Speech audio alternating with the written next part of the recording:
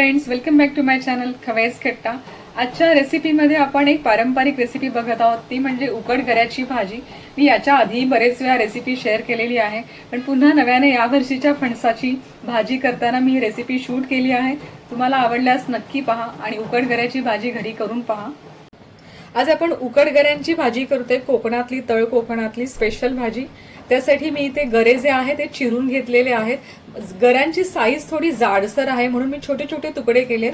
तुम्ही त्याप्रमाणे करा। बरेच वेळा बरका फणस असतो, त्याची भाजी, कच्च्या फणसाची भाजी करताना आपण मोठे गरे ठेवले तरी चालतात, न चिरता घेतले तरीही चालतात, पण हा कापा फणस आहे म्हणून मी ह्याला चिरून घेतलेला आहे।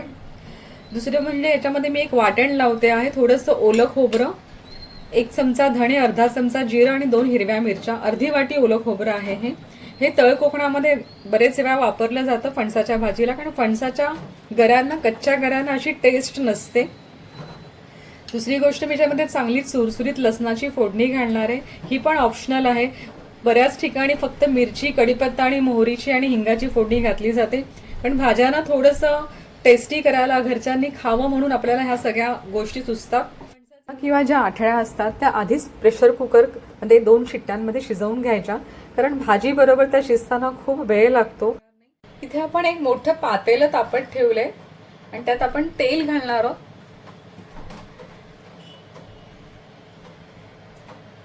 फक्त तेलामधनं वाफा येत आहे, पण आता मोहरी घालूया।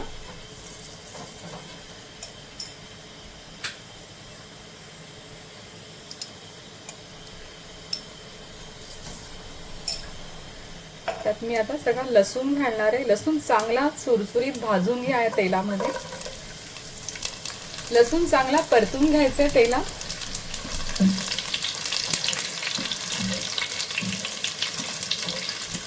त्यातच आपण कढीपत्ता घालणार आहोत।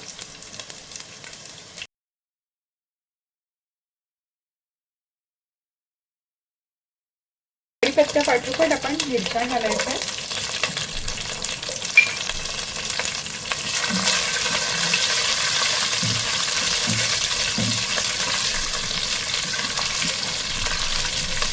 हिंग, यात आपण आता हिंग, लाल तिखट आणि हळद घालणार आहोत।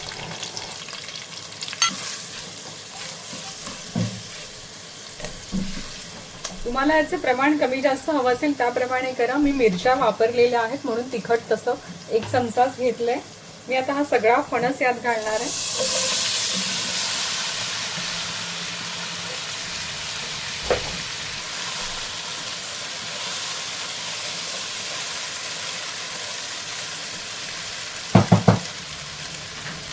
त्याच्यावर आपण थोडा पाण्याचा हबका मारूया, कारण आपले गरे जे आहे त्यातलं पाणी आपण पूर्णपणे काढून घेतलं होतं।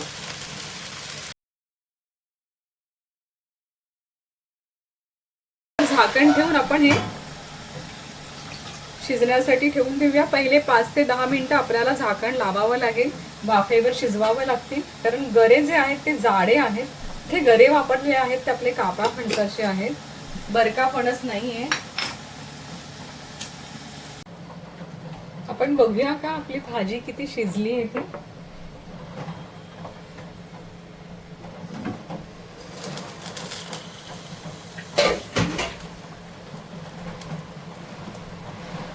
छान वास येतोय गऱ्यांचा। गरे जेव्हा कमी गोड असतात ना, तेव्हा भाजीची टेस्ट अजून छान येते। अजून आपले गरे बरेच शिजायचे बाकी आहेत। पुन्हा आपण याला झाकण लावूया आणि मग थोड्या वेळाने आपण याच्यात बिया आणि आपला जो वाटलेला मसाला आहे तो घालूया। पण सध्या गरे शिजणं गरजेचं आहे, गरे पूर्ण शिजलेले नाही आहेत, थोडा वेळ जाणार आहे अजून। मी पुन्हा याच्यावरती झाकण ठेवते आणि गॅस स्टोव फ्लेम जी आहे ती आपण एकदम मिडियम ठेवायची। मी याच्यामध्ये आपण जे वाटलेलं वाटण होतं ते घातलंय आणि ज्या बिया होत्या त्या आपण घातल्यात सगळ्या। तुम्हाला आवडत असेल तर तुम्ही वरून सुद्धा खोबरं पेरू शकता, जर तुम्हाला वाटण नसेल घालायचं त्याच्यात तर।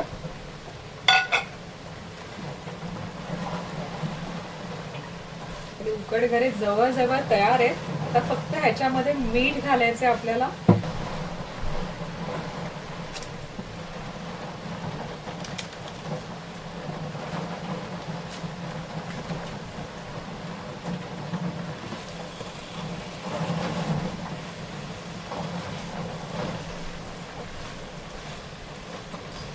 आपली उकडगऱ्यांची भाजी छान तयार होते.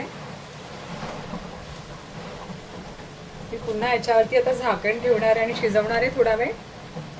यावेळी मी झाकण नुसतंच ठेवणार आहे, त्याच्यामध्ये पाणी घालणार नाही, कारण आपले गरे शिजलेले आहेत, त्यात सारखे पाणी पडते, त्यामुळे ते अजून मऊ होतील जास्त.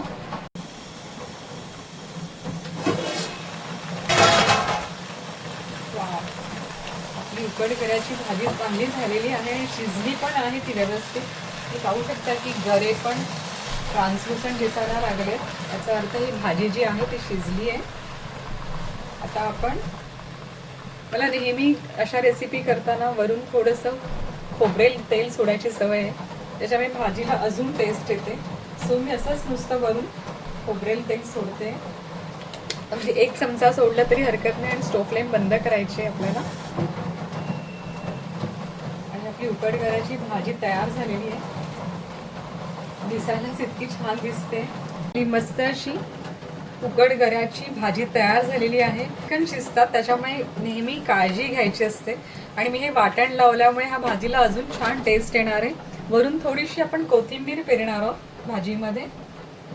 आणि तुम्हाला हवं असेल तर तुम्ही नुसती जेव्हा खात असाल तेव्हा खाताना असं खोबरं जरी पेरलं तरी पण ती अप्रतिम लागते खायला. आपली भाजी तयार आहे खाण्यासाठी. असेच पारंपरिक रेसिपी पाहण्यासाठी पाहत राहा खवय्येस कट्टा. धन्यवाद.